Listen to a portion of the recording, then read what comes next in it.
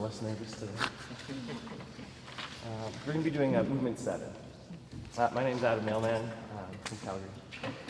Excited to see you today and tomorrow.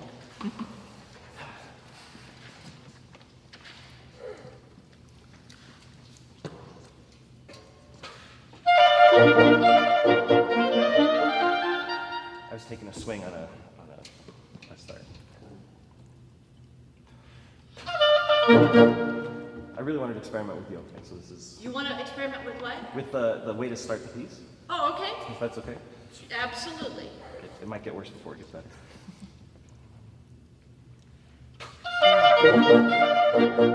One more time. Oh, sorry.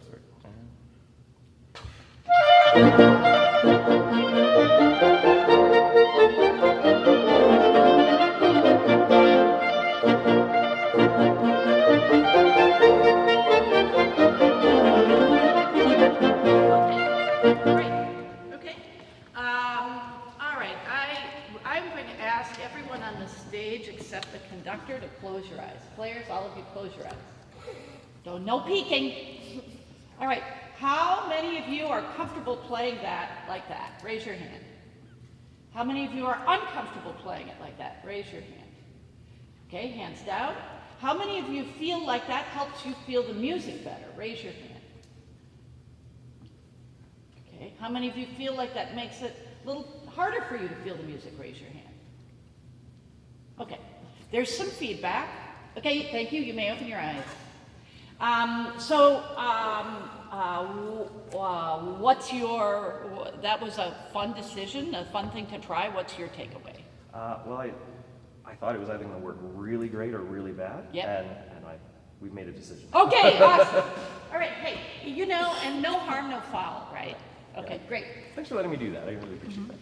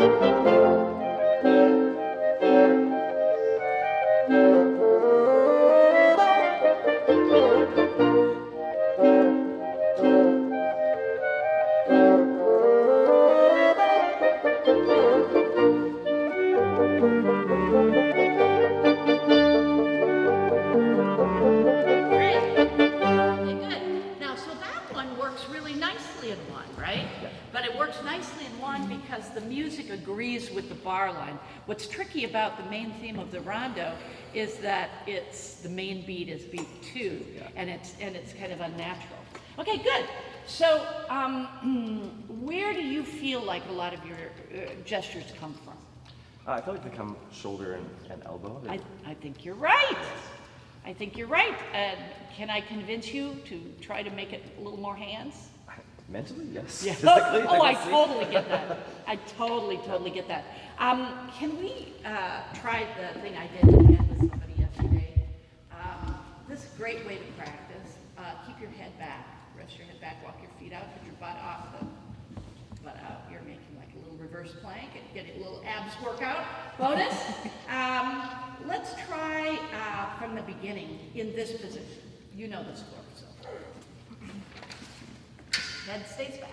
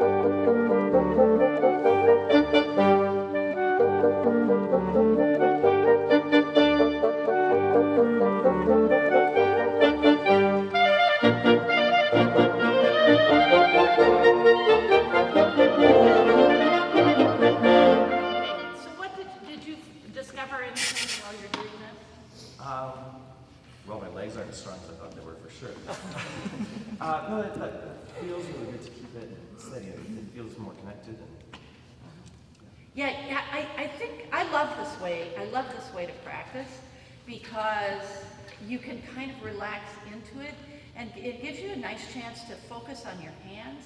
It even will relax your face if you're not working quite so hard. Okay, can we come back and can you find around where we were? we had just gotten. Because I'd like to get to the end of the piece. One suggestion I would make is that if you drift into one for one of the themes, I think it's nice every time the main theme comes back to initiate it the same way. Okay. You know what I mean? So, diva, diva, da, da, right? Every time it's like, here it's back, yay! Okay. Right? Instead of like, well, I'm in one, so it's kind of in there somewhere. You know what I mean?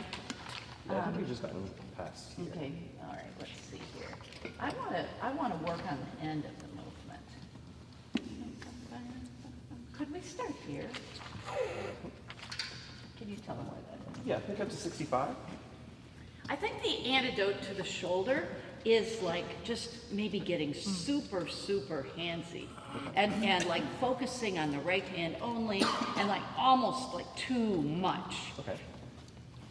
Okay. Just as a step in the process. Pick up 65. Good. Now start it really like you know they're going to come in and you don't have to, all you have to do is give a breath. Bum, bum, bum. You don't have to be tense. Okay.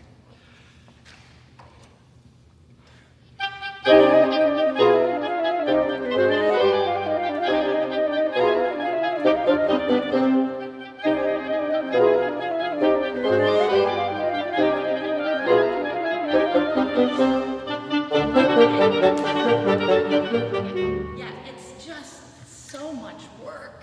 Yeah. It's so much work. Would you just start this? This one? No. Oh. There. Oh. Watch. So how much weight do they